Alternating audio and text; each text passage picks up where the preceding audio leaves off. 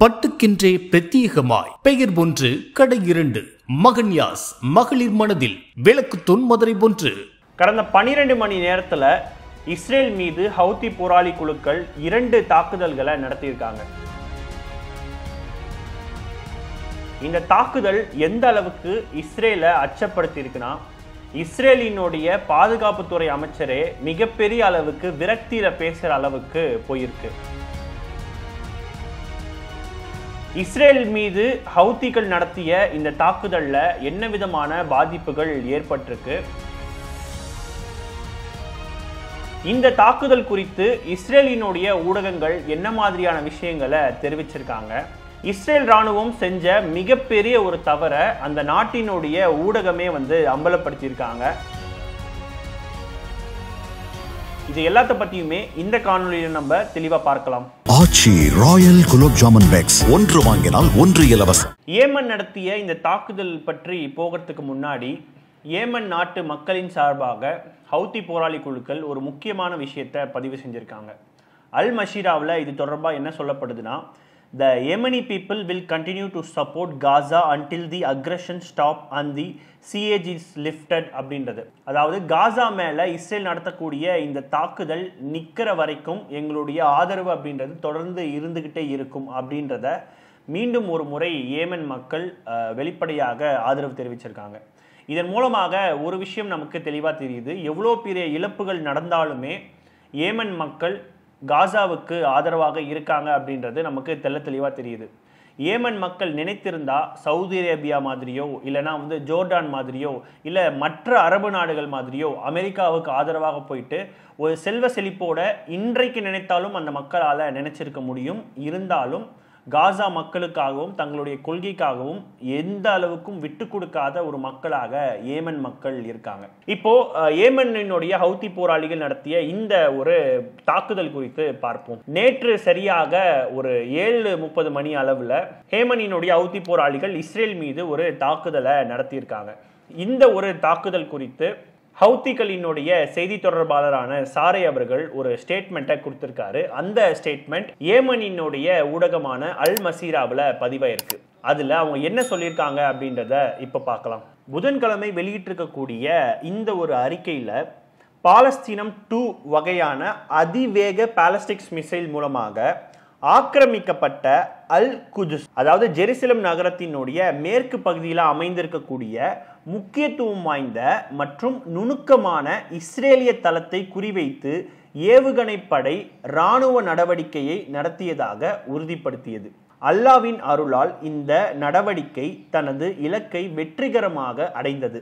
இதனால் லட்சக்கணக்கான ஜியோனிச குடியேறிகள் தஞ்சம் அடைய ஓடினர் என்று அவர் குறிப்பிட்டிருக்காரு.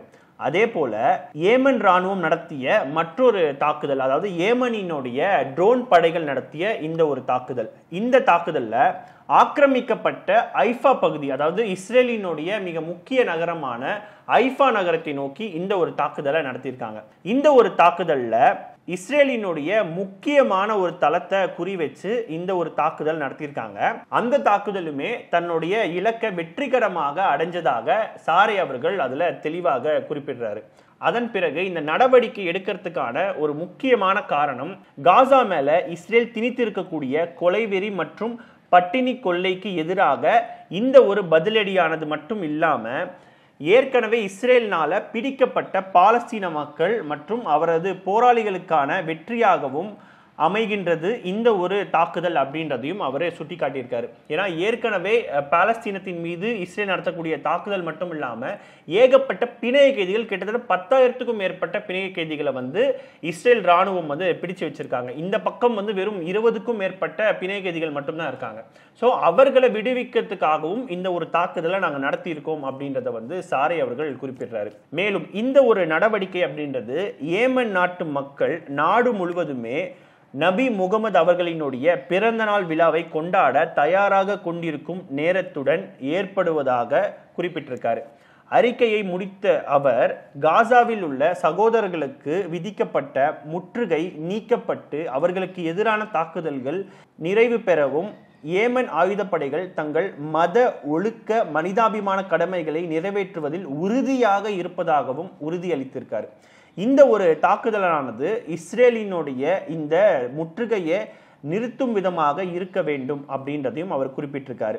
மேலும் கடந்த வியாழக்கிழமை இஸ்ரேலிய விமான தாக்குதலில் ஏமன் பிரதமர் அஹமத் காலி அல் ரஹீப் மற்றும் பல அமைச்சர்கள் கொல்லப்பட்டதற்கான பழிவாங்கலாக தற்காலிகமான இஸ்ரேல் அமைப்புக்கு வலிமிகுந்த தண்டனையை வழங்குவோம் என்று ஏமனிய அரசியல் மற்றும் இராணுவ தலைமையகம் வெளியிட்ட எச்சரிக்கையின் பின்பாக இந்த நடவடிக்கையானது எடுக்கப்பட்டுள்ளது. ஸோ ஹவுத்திகளினுடைய நேற்றைய தாக்குதலானது ஜெருசலத்தையும் மற்றும் ஹைஃபா நகரத்தை நோக்கிய தாக்குதலாக இருக்கு. குறிப்பாக இந்த 2 நகரமுமே இஸ்ரேலுக்கு மிக முக்கியமானது. ஒன்று ஜெருசலம் அப்படின்றது அவங்களுடைய தலைநகரமாக இருக்கு. மற்றொன்று ஹைஃபா நகரத்தை பொறுத்த வரைக்கும் இஸ்ரேலுக்கு பொருளாதார ரீதியாக அதிக பணம் ஈட்டக்கூடிய ஒரு நகரமாக இருக்கு. ஏற்கனவே ஈரானுக்கும் இஸ்ரேலுக்கும் நடந்த அந்த 12 நாள் யுத்தத்திலையுமே ஹைஃபா நகரத்தை நோக்கி அதிக தாக்குதலை ஈரான் தொடர்ச்சியா நடத்திக்கிட்டு இருக்காங்க.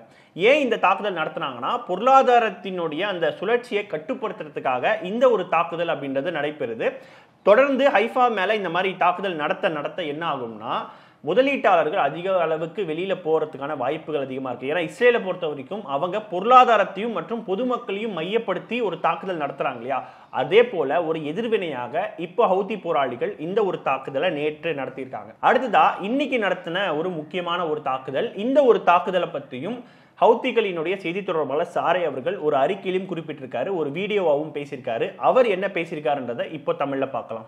ஏமனின் ஆயுதப்படையினுடைய அதிகாரப்பூர்வ பேச்சாளர் பிரிகேட் ஜெனரல் சாரே அவர்கள் வெளியிட்டிருக்கக்கூடிய இந்த அறிக்கையில எதிரிகளின் கடுமையான வான்வெளி ரோந்து பணிகள் நடந்திருந்த போதிலும் அனைத்து ஜியோனிச மற்றும் அமெரிக்க வான் பாதுகாப்பு அமைப்புகளும் செயலிழந்ததால் ஏவுகணை தனது இலக்கை மிக துல்லியமாக தாக்கியதாக உறுதிப்படுத்தினார்.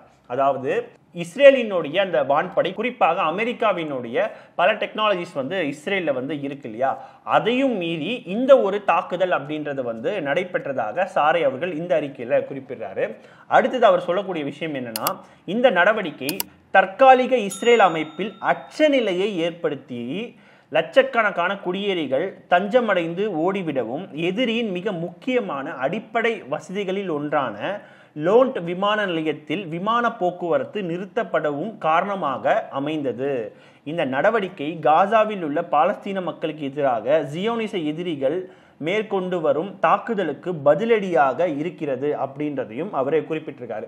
மேலும் சாரே அவர்கள் இந்த விஷயத்தை மட்டும் குறிப்பிடாம அரபு நாடுகள் எந்த அளவுக்கு தவறு செய்யுது அப்படின்றதையும் இதுல குறிப்பிட்டிருக்காரு. அதுல சொல்லியிருக்கக்கூடிய விஷயம் என்னன்னா, மேலும் சில அரபு நாடுகள் மற்றும் இஸ்லாமிய நாடுகள் செயலற்ற அல்லது கூட்டு செயல்பாடுகளில் எதிரிக்கு தனது குற்ற திட்டத்தை பாலஸ்தீன மக்களுக்கு எதிராக செயல்படுத்த தூண்டி விடுவதாகவும் இந்த ஆட்சிகளின் மௌனம் இன்னும் பெரிய மனிதாபிமான பேரிழப்புக்கு வழிவகுக்கும் எனவும் அவர் எச்சரித்திருக்காரு.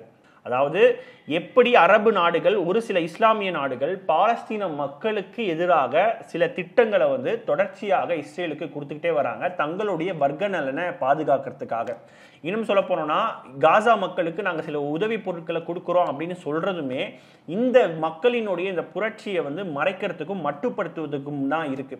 ஸோ அந்த ஒரு விஷயத்தை ஏமனினுடைய ஹவுதி போராளிகள் அம்பலப்படுத்தியிருக்காங்க. அப்போ இதுல இருந்து நமக்கு ஒரு விஷயம் என்ன தெளிவா தெரியுதுன்னா, இஸ்லாமியர்கள் என்ற ஒரு காரணத்துக்காக பாலஸ்தீன மக்களை ஹவுதி போராளிகள் ஆதரிக்கல, மனிதாபிமான அடிப்படையில் இப்படி ஒரு ஆதரவு தெரிவிக்கிறாங்கன்றது நமக்கு இதுல இருந்து தெளிவா தெரியுது. மேலும் அந்த அறிக்கையில சில விஷயங்கள் என்ன குறிப்பிடப்படுதுன்னா, காசா மக்களுக்கு எதிராக தாக்குதல்கள் நிறுத்தப்பட்டு முற்றுகை நீக்கப்படும் வரை ஏமன் மக்கள் தங்களுடைய முழு ஆதரவை தொடர்ந்து தருவார்கள். மேலும் அரபு மற்றும் இஸ்லாமிய மக்கள் தங்கள் மத மனிதாபிமான பொறுப்புகளை உணர்ந்து தீவிரமான நடவடிக்கை எடுக்க அழைப்பு விடுத்திருக்கார். ஸோ ஹவுத்திகள் நடத்திய இந்த ஒரு தாக்குதல்ல ஜெருசலம் மட்டும் இல்லாம ஹைஃபா நகரமுமே மிகப்பெரிய அளவுக்கான பாதிப்புகள் உண்டாகிருக்கு அப்படின்றது நமக்கு தெளிவா தெரியுது. அது மட்டும் இல்லாம பல மக்களுமே அந்த இடத்துல இருந்து வேற இடத்த நோக்கி போறாங்க அப்படின்ற விஷயத்தையும் அவரே குறிப்பிட்டிருக்காரு. இப்போ இஸ்ரேலினுடைய ஊடகங்கள் என்ன மாதிரியான விஷயங்களை சொல்றாங்க அப்படின்றத நம்ம பார்த்தோம்னா, ஏற்கனவே கடந்த 3 நாட்களாக என்னென்ன மாதிரியான தாக்குதல்கள் நடந்திருக்கு அப்படின்னு சொல்லி நம்மளுடைய மின்னம்பலத்திலேயே வந்து நம்ம தெளிவாக காணொலி போட்டிருந்தோம். ஸோ நேற்றைய தாக்குதலும் அதற்கு முன்தினம் நடந்த தாக்குதல் குறித்தும் இஸ்ரேலினுடைய ஊடகம் என்ன சொல்லியிருக்காங்கன்னா, ஹவுத்திகள் ஏவிய அந்த பாலிஸ்டிக்ஸ் மிசைல்ஸை வந்து நாங்கள் வந்து நடுவானிலே வந்து அதை தகர்த்துட்டோம் அப்படின்றத சொல்லியிருக்காங்க. இன்னொரு பாலிஸ்டிக்ஸ் மிசைல் வந்து சவுதி அரேபியாவிலேயே வந்து நடுவானிலே வந்து வீழ்த்தப்பட்டிருக்கு அப்படின்றது அவங்க தரப்புல சொல்றாங்க. குறிப்பா நேற்று 7:30 மணிக்கு ஜெருசலத்திலையும் மற்றும் தெற்கு வெஸ்ட் பேங்க் பகுதி, அதாவது மேற்கு கரை பகுதியிலுமே ஒரு சைரன் ஒலி வந்து எழுந்தது. அந்த ஒரு சைரன் ஒலிக்கு ஏற்ற மாதிரியான ஒரு பதிலடி தாக்குதல்களை நாங்கள் வந்து நிறைவேற்றியிருக்கோம் அப்படின்றத இஸ்ரேல் வந்து குறிப்பிட்டிருக்காங்க. ஆனால் மற்றொரு முக்கியமான விஷயம் வந்து இஸ்ரேல் ஊடகம் என்ன பயன்படுத்துறாங்கன்னா, ஹவுத்திகள் கிளஸ்டர் குண்டுகளை வந்து பயன்படுத்தியிருக்காங்க அப்படின்ற விஷயத்தை திரும்ப திரும்ப பதிவு பண்ணிக்கிட்டே வராங்க. ஸோ குறிப்பாக இந்த கிளஸ்டர் குண்டுகள் அப்படின்றத அவங்க ஏன் சொல்கிறாங்க அப்படின்னா, கிளஸ்டர் குண்டுகள் மூலமாக மிகப்பெரிய அளவுக்கான பாதிப்புகள் நிலம் அளவில் வந்து ஏற்படும். அப்போது சர்வதேச அளவில் வந்து ஹவுத்திகளை தனிமைப்படுத்துறதுக்கு இந்த மாதிரியான வார்த்தைகளை வந்து தொடர்ச்சியாக பயன்படுத்திக்கிட்டு இருக்காங்க. ஆனால் இஸ்ரேல் ஊடகம் மற்றொரு முக்கியமான விஷயத்தையும் என்ன குறிப்பிடுறாங்கன்னா, கடந்த மாதம் வந்து ஹவுத்திகள் நடத்திய அந்த தாக்குதலில் இஸ்ரேலினுடைய மத்திய நகரமான கினாட்டன்ல வந்து ஒரு தாக்குதல் நடந்தது. ஸோ இவ்வளோ பெரிய டெக்னாலஜிஸ் இருந்தும் ஏன் வந்து இந்த விஷயத்தை வந்து தடுக்க முடியல அப்படின்ற ஒரு கேள்வி வந்து இஸ்ரேலியர்கள் மத்தியில் ஏற்பட்டது. அதற்கு இப்போ வரைக்குமே ஐடிஎஃப் வந்து எந்த விதமான பதிலும் சொல்லவே இல்லை. இப்போவுமே வந்து அவங்க என்ன குறிப்பிடுறாங்கன்னா, கடந்த முறை வந்து நாங்கள் தடுக்காமல் இருக்கிறதுக்கான காரணம் வந்து இந்த டெக்னாலஜினால கிடையாது அப்படின்றத தான் அவங்க பதிவு பண்ண தவிர எதனால நாங்கள் தடுக்க முடியல அப்படின்ற ஒரு விஷயத்த அவங்க சொல்லவே இல்லை. அப்போ இதுலேருந்து நமக்கு ஒரு விஷயம் தெளிவாக என்ன தெரியுதுன்னா, சமீபத்தில் காசா மீது இஸ்ரேல் நடத்தக்கூடிய இந்த தாக்குதலில் இஸ்ரேல் ராணுவம் தொடர்ச்சியாக ஒரு விஷயத்தை மறுத்துக்கிட்டே வராங்க. எங்களால் வந்து காசா நகரத்தை முழுமையாக கைப்பற்ற முடியாது அப்படின்னு சொல்லி நிறைய மாற்று கருத்துக்களை வச்சுருந்தாங்க. ஆனால் இப்போ என்ன சொல்கிறாங்கன்னா, ஹமாஸை முழுவதுமாக அழிக்கும் வரை நாங்கள் வந்து காசா மேலே வந்து இந்த நடவடிக்கை எடுத்துக்கிட்டே இருப்போம் அப்படின்னு சொல்லிட்டு மற்றொரு செய்தி வந்து இஸ்ரேலுடைய ஊடகத்தில் தொடர்ச்சியாக வந்துகிட்டு இருக்கு. அப்போது இந்த ஒரு விஷயத்தை கன்வின்ஸ் பண்ணுறதுக்காக, அதாவது அந்த இராணுவத்தையும் சரி அந்த பொதுமக்களையும் சரி கன்வின்ஸ் பண்ணுறதுக்காக இப்படி ஒரு விஷயத்தை வந்து குறிப்பாக அந்த மக்களே பலி கொடுக்குற விஷயத்தை நெத்தனியாகு பண்ணியிருக்காரா அப்படின்ற ஒரு கேள்வி இந்த இடத்துல எழுது. ஆனால் எப்படி இருந்தாலுமே ஹவுத்திகள் நடத்தக்கூடிய இந்த தாக்குதலானது இஸ்ரேல் அரசாங்கத்துக்கு மிகப்பெரிய அளவுக்கான ஒரு நெருக்கடி வந்துட்டு இருக்கு அப்படின்றது நமக்கு தெளிவாக தெரியுது. ஏன்னா இஸ்ரேலினுடைய டிஃபென்ஸ் மினிஸ்டர் இன்றைக்கு சொல்லியிருக்கக்கூடிய ஒரு விஷயம் என்ன அப்படின்னா, ஒரு பைபிளில் இருக்கக்கூடிய ஒரு முக்கியமான மதம் சார்ந்த சில விஷயங்கள் இருக்கு. அதுல 10 பேரிடர்கள் அப்படின்றது இருக்கு. அந்த 10 பேரிடர்களையும் நாங்கள் ஏமன் மேல வந்து ஏவுவோம் அப்படின்ற ஒரு விஷயத்தை அந்த இடத்துல குறிப்பிட்டிருக்காரு. அப்போ இந்த விஷயத்தை பொறுத்த வரைக்கும் அவங்க மத ரீதியாக ஒரு விஷயத்தை வந்து இந்த இடத்துல பதிவு பண்ணிட்டு இருக்காங்க. எப்படி பார்த்தாலுமே ஹவுத்திகள் தங்களுடைய இறுதி இலக்கு முடியும் வரை இஸ்ரேல் மீதான இந்த தாக்குதலை நாங்கள் விட போறது இல்லை அப்படின்றத ரொம்பவே தெளிவா இருக்காங்க. ஹவுத்திகள் நடத்தக்கூடிய இந்த ஒரு தாக்குதல் குறித்து உங்களுடைய கருத்துக்கள் என்னன்றதை கீழே கமெண்ட் செக்ஷன்ல சொல்லுங்க. தொடர்ந்து இணைந்திருங்கள். இது உங்கள் மின்னம்பலம். நான் விஷால் பொலிவர். நன்றி, வணக்கம். பட்டுக்கென்றே பிரத்யேகமாய் பெயர் ஒன்று கடை 2 மகன்யாஸ் மகளிர் மனதில் விளக்கு தூண் மதுரை ஒன்று. ஆச்சி ராயல் குலோப் ஜாமன் பேக்ஸ், ஒன்று வாங்கினால் ஒன்று இலவசம். மின்னம்பலம்.com, தமிழின் முதல் மொபைல் பத்திரிகை.